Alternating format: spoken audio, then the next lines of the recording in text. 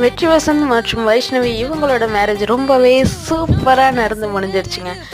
இந்த திருமணத்தில் இவங்களோட ஃபேமிலி மெம்பர்ஸ் மற்றும் ஃப்ரெண்ட்ஸ் எல்லாருமே கலந்துக்கிட்டாங்க. முத்து மீனா மற்றும் வெற்றி வசந்த் வைஷ்ணவி இந்த 2 பேரில் உங்களுக்கு யார் ரொம்ப பிடிக்கும் அப்படின்னு நீங்கள் நினைக்கிறீங்க?